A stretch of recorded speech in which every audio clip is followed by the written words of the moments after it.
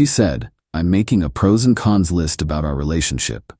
Then asked me to leave the room. I said, "Take your time." Then I made my own list.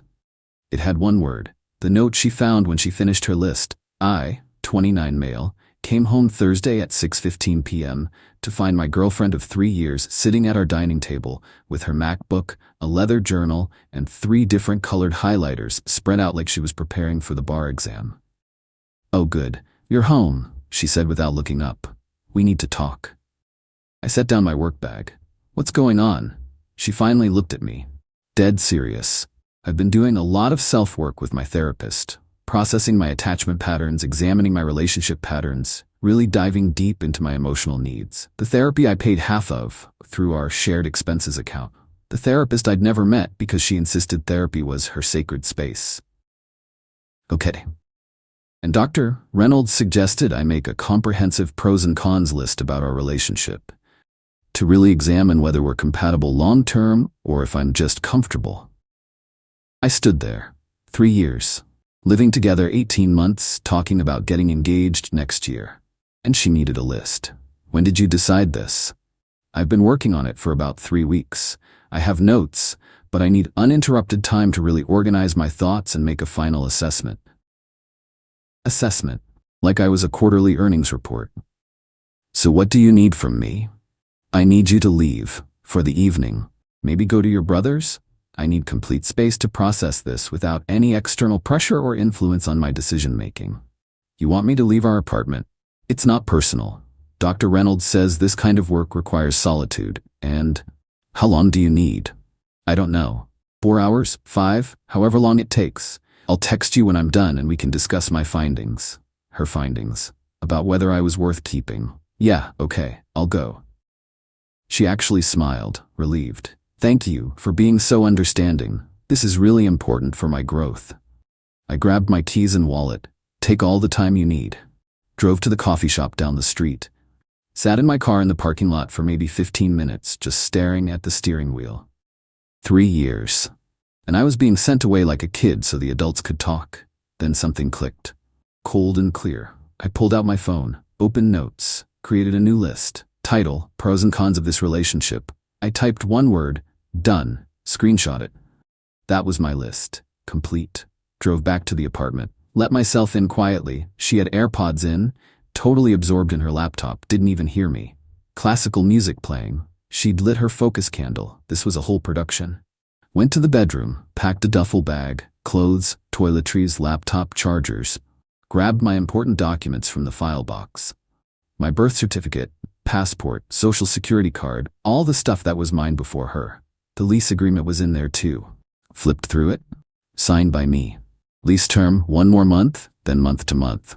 She'd never been added. I'd meant to do it but kept putting it off because she'd never gotten around to showing me her pay stubs for the application like the landlord required. Perfect.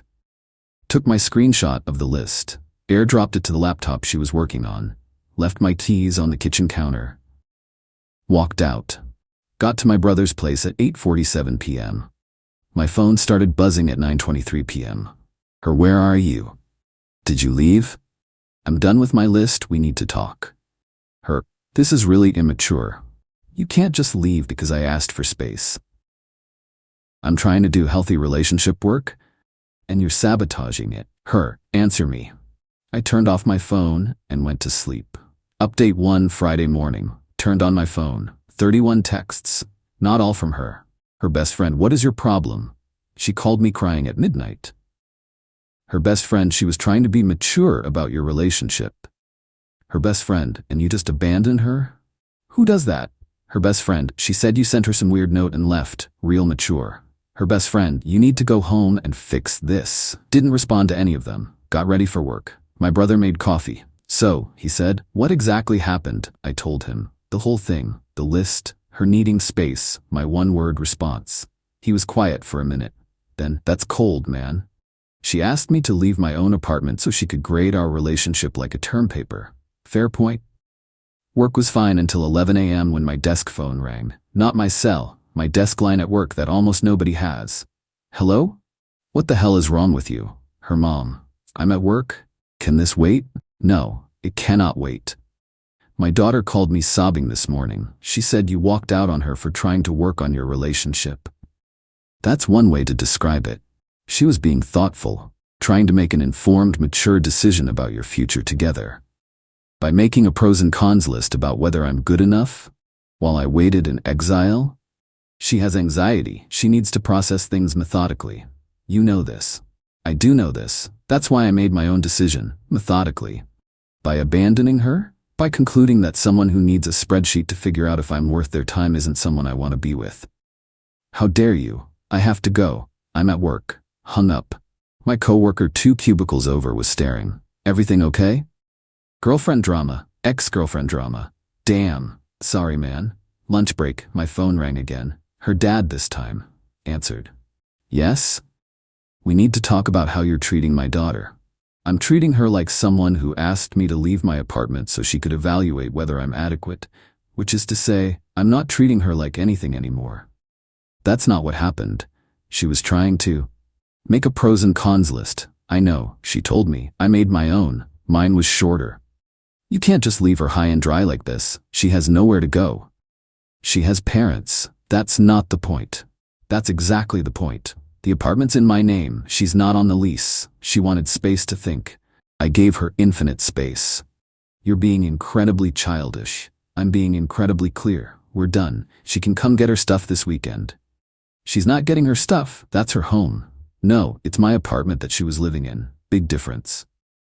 Hung up. Got back to my desk. Email from an address I didn't recognize. Opened it.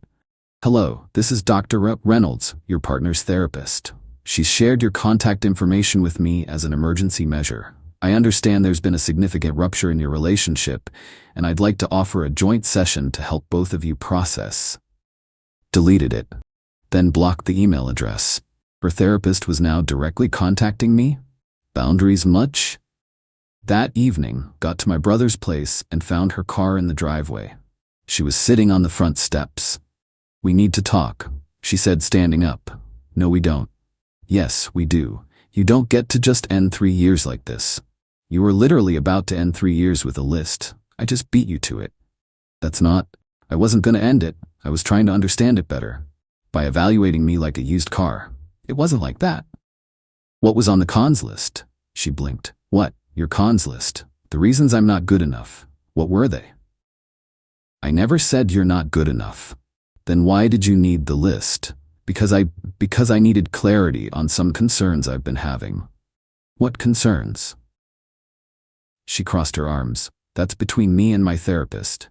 Right, so you get to judge me based on secret criteria, but I don't get to know what I'm failing at. Very partnership-oriented. You're twisting this. I'm clarifying this. You wanted to sit alone and list my inadequacies. I decided I don't want to be with someone who sees me as a problem to solve. Oh my God, you're being so dramatic. My brother opened the door. Hey, everything cool? We're fine, she said quickly. We're not fine, I said. She was just leaving. I'm not leaving. We haven't resolved anything. There's nothing to resolve. I'll be at the apartment Sunday from noon to 3 p.m. You can come get your stuff then. That's my apartment too. No, it's not. Lease is in my name. You're not on it. Her face went white, then red. Are you kidding me right now? Nope. Sunday, noon to 3. You can't kick me out. I'm not kicking you out. I'm letting you know when you can collect your belongings from my apartment. This is illegal. I have tenant rights. You have guest rights, which ended when you asked me to leave so you could deliberate whether I was worth keeping. She stared at me, actually looked shocked that I wasn't negotiating or apologizing or begging. I can't believe you're doing this. Believe it. Sunday. She got in her car, slammed the door hard enough that I'm pretty sure she cracked something. Peeled out, my brother handed me a beer. You really not gonna take her back? Would you want to be with someone who needed a pros and cons list to figure out if you were adequate? Hell no. There's your answer. Sunday morning, I got to the apartment at 11:30 a.m. Wanted to be there early. Walked in, all her stuff was still there. She hadn't packed anything, not one thing. Noon, nothing. 12:30 p.m., nothing. 1 p.m. Text from her best friend, she's not coming. Me, cool. Then I'm packing her stuff myself and putting it in the hallway at 3:01 p.m. Best friend, you can't do that. Me, watch me. 1:15 p.m., key in the lock. She walked in with her best friend, her mom, and her dad. Full family intervention squad. "Hi," I said. "You're late." Her dad started immediately. "We need to discuss this situation reasonably." "There's nothing to discuss. She needs to get her belongings. She's been living here for over a year. You can't just throw her out." "I'm not throwing her out. I'm collecting my space back after she decided she needed to evaluate whether I was worth hers." My girlfriend finally spoke. "I wasn't evaluating whether you were worth my space. I was trying to understand my own feelings." "By making a list of my flaws while I sat in exile? How'd that work out?" "They weren't your flaws. They were compatibility concerns. Same thing." "What were they?" Her mom jumped in. "She doesn't have to justify her therapeutic process to you." "True. And I don't have to stay with someone whose therapeutic process involves grading me." Her best friend. "You're being so unreasonable." She was trying to communicate her needs. Her need to be alone while she judged our relationship. I heard that loud and clear. Message received. Her dad. "Look, son, not your son." Awkward silence. "Right. Well, my daughter made a mistake asking you to leave, but you're making a bigger mistake by overreacting like this." "Is it an overreaction, or is it a boundary?" "I don't want to be with someone who sees our relationship as a project that needs assessment." "That's pretty simple." My girlfriend's eyes filled with tears. "Why are you being so cruel?" "Cruel? You asked me to leave my own home so you could make a list about whether I was defective. I made my own list. Mine said we're done."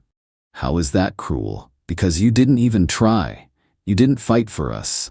"Fight for us?" "You were literally debating whether to keep me." "I was trying to be logical about a major life decision. And I made a logical decision too, immediately. I decided I don't want to spend my life wondering if I'm measuring up to your checklist." Her mom? "This is ridiculous. You're both being ridiculous. Just sit down and talk this out like adults." "No, she has until 3 p.m. to pack. That's in 90 minutes. Her dad or what? Or I pack her stuff and leave it in the hallway."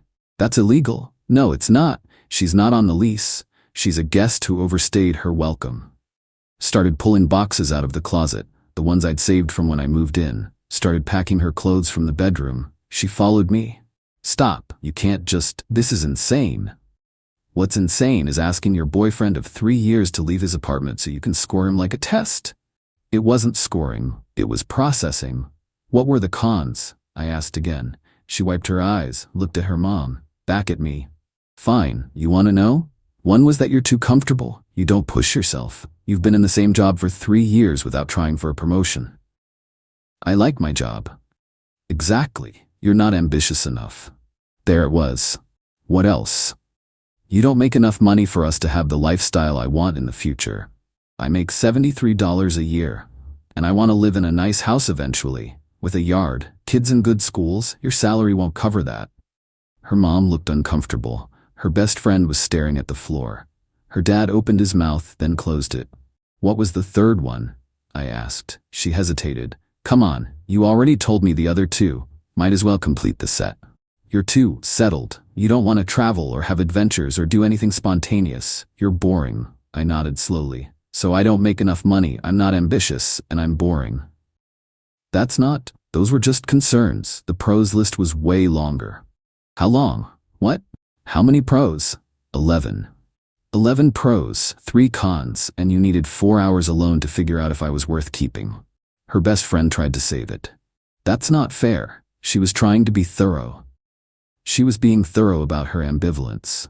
While I was driving around wondering why my girlfriend of 3 years needed a decision matrix to figure out if I was adequate. Meanwhile, she already knew. I'm broke, boring, and unambitious. Thanks for the clarity.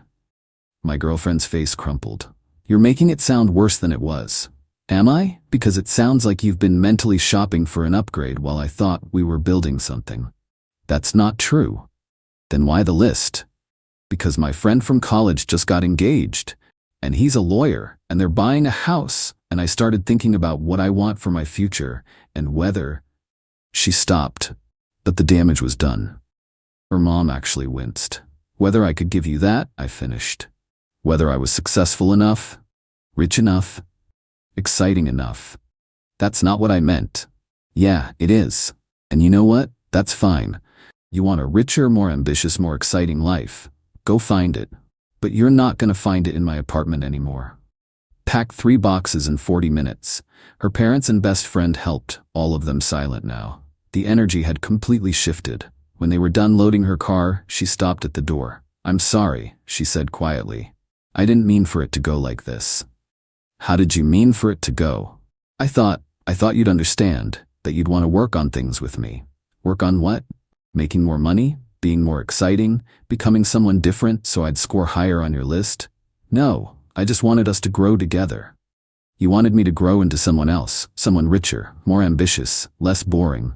That's not growth, that's transformation, and I'm not interested." Her dad carried the last box out.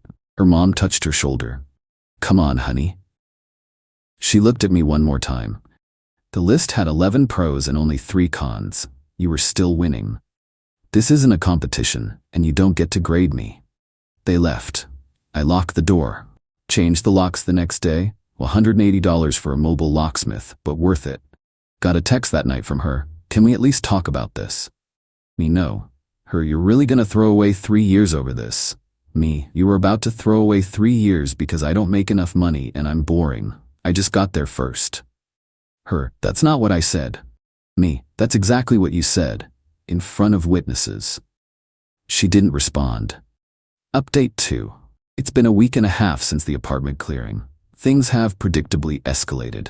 Monday after the Sunday confrontation, I got an email from someone named Tenant Advocacy Help with the subject line, "Illegal Eviction Notice." Opened it. 4 paragraphs of legal-sounding language about how I'd illegally evicted her without proper notice, violated tenant laws, and she was entitled to compensation and immediate return to the property. Called my landlord.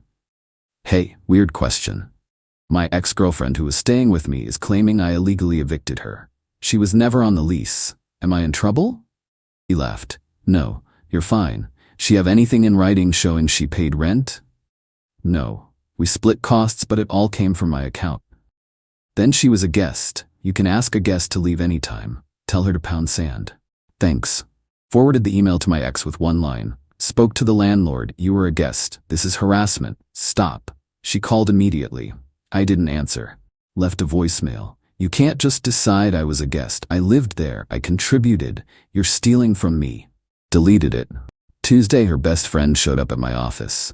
Yes, my actual workplace. Security called me. "There's a woman here asking for you. Says it's an emergency." Went down to the lobby. Her best friend was there, arms crossed. "You need to fix this," she said. "I'm at work. You need to leave." "Not until you listen to me." She's devastated. She can't eat, can't sleep. Her anxiety is through the roof. You're destroying her. I'm not destroying her. I ended a relationship where I was being evaluated like a quarterly review. She was trying to be smart about her future. Great. Now she can be smart about it somewhere else. You are so heartless. She loved you.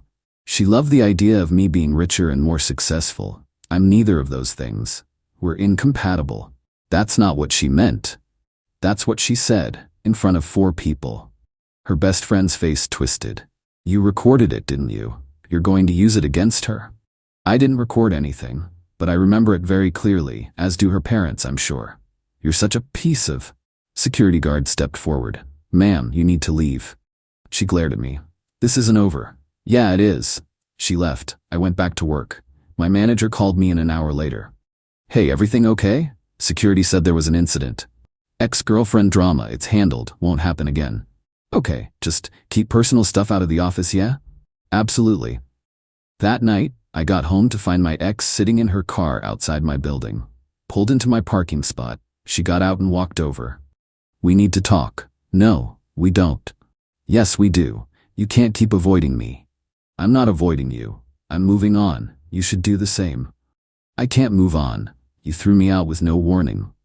"You had 3 days warning, and you're the one who wanted space to figure out if I was worth keeping." "I never said you weren't worth keeping. You said I don't make enough money, I'm not ambitious, and I'm boring. That's pretty clear." "Those were just things I was thinking about. Everyone has doubts." "Cool. I had doubts too. Mine resolved quickly. We're done." "You can't just..." "I don't accept this." "You don't have to accept it. It's not a negotiation. I'm not leaving until we work this out." Took out my phone, started recording. What are you doing? Documenting that I've asked you to leave my property and you're refusing. That's trespassing. Her face went pale. You wouldn't. Try me. She got in her car and left. Didn't hear from her for 2 days. Then Thursday night, my phone rang at 11:30 p.m. Unknown number. Answered. Hello? You need to pay for her therapy, her mom. Excuse me? Her therapist says she's having a trauma response to what you did. Her sessions have doubled. She needs intensive treatment now. You need to pay for it. I'm not paying for anything. You traumatized her. I ended a relationship. That's not trauma. She has anxiety and depression, and none of which are my responsibility anymore. You owe her. I owe her nothing. Good night. Hung up. Blocked the number. Friday, got a letter delivered to my apartment. Certified mail from a law office. Oh boy. Opened it. Demand letter at the top. My ex was demanding $4,800 for her share of household expenses over the 18 months of cohabitation that she's entitled to recoup. $2,200 for emotional distress damages, $600 for therapy costs related to the traumatic eviction, $350 for moving expenses, a formal written apology. Total, $7,950. Called my buddy who's a lawyer, sent him photos of the letter. He called back laughing. This is hilarious. What do I do? Nothing. It's a threat letter from a lawyer. She probably paid $200 to scare you. She has no case. She wasn't on the lease, you didn't steal anything, and emotional distress requires proof of actual damages that she can't provide. Ignore it. You sure? 100%. If she actually files something, call me. But she won't. This is just intimidation. Thanks, man. Saturday morning, my ex showed up at my apartment again. Knocked on the door at 8 a.m., opened it with the chain still on. What? Did you get the letter from my lawyer? Yep. So, are you going to pay? Nope. You have to. It's a legal demand. It's a joke. My lawyer says you have no case. Her face went red. You showed it to a lawyer? Of course I did. Did you think I'd just panic and pay you $8,000? You owe me. I contributed to that apartment. You were a guest who split costs. You're not entitled to reimbursement. I'm going to sue you. Go ahead. See how that works out. You're going to regret this. I already told your lawyer to pound sand. Tell him yourself. Closed the door. Locked it. She pounded on it for another minute before leaving. Sunday, woke up to 15 texts from various numbers. Her friends, her cousins, some people I didn't even recognize. You're an abuser. You threw her out with nothing. You're going to pay for this. Karma's coming for you. Blocked all of them. Then my mom called. Hey honey, so I got a weird Facebook message. Oh no. Oh yes. Your ex-girlfriend's mother sent me a very long message about how you traumatized her daughter and I raised you wrong. Mom, I'm so sorry. Don't be. I told her that her daughter asked my son to leave his own apartment to make a list about whether he was good enough and then complained when he made his own decision. She blocked me. You're the best. I know. But honey, is she okay? This seems intense. She's spiraling because she thought I'd beg her to take me back. I didn't. Now she's trying to punish me into submission. That's not healthy. That's why we broke up. Good call. Final update. It's been 5 weeks since the pros and cons list incident. Final update because this needs to end. The lawyer demand letter went nowhere. As predicted, her lawyer probably told her she had no case because I never heard about it again. But the harassment continued for another 2 weeks. She created a fake Instagram account to message me. Posted vague things on her real account about narcissistic ex-boyfriends and financial abuse. Tagged mutual friends who I'm sure got the whole sob story. Lost maybe 3 or 4 people from our friend circle. People who heard her version and decided I was the villain. Fine. Not worth fighting for. But then she made a mistake. 2 weeks ago, my phone rang. Unknown number, answered without thinking. Hey. Male voice I didn't recognize. Who is this? My name's Tyler. Look, this is weird, but I'm seeing your ex. We've been dating for about 3 weeks. My brain stopped. 3 weeks? Yeah. We met on a dating app like a month ago. She told me you guys broke up 6 months ago and you were super controlling and abusive and she barely got out. 6 months? Yeah, but something felt off. She kept asking me about my salary, my job title, where I saw myself in 5 years. Real intense questions for a few dates. So I Googled her name and found some Reddit posts where she's talking about her ex-boyfriend who abandoned her. The timeline doesn't match what she told me. What's the timeline in the posts? She says you guys broke up like a month ago, but she told me 6 months. And she's saying you threw her out because she wanted to work on the relationship. Did you guys actually break up 6 months ago? No, 5 weeks ago. Dude, yeah, she's been lying to me this whole time. Apparently. What actually happened, if you don't mind me asking? I told him. The list, the space request, my one-word response, the whole thing. He was quiet. Then, holy hell, that's pretty manipulative. Welcome to my life. Former life. She's been telling me she wants something serious, that she's ready to settle down with the right person. Asked me about my 5-year plan and my 401k and whether I wanted kids. How much do you make? I'm a project manager at a tech company, like 110k base plus stock options. There it was, let me guess, she's been really affectionate, moving fast, talking about the future a lot. Yeah, actually, I thought it was nice but also kinda intense. She's shopping for an upgrade. You make more than I do. You're the richer, more successful model. Jesus.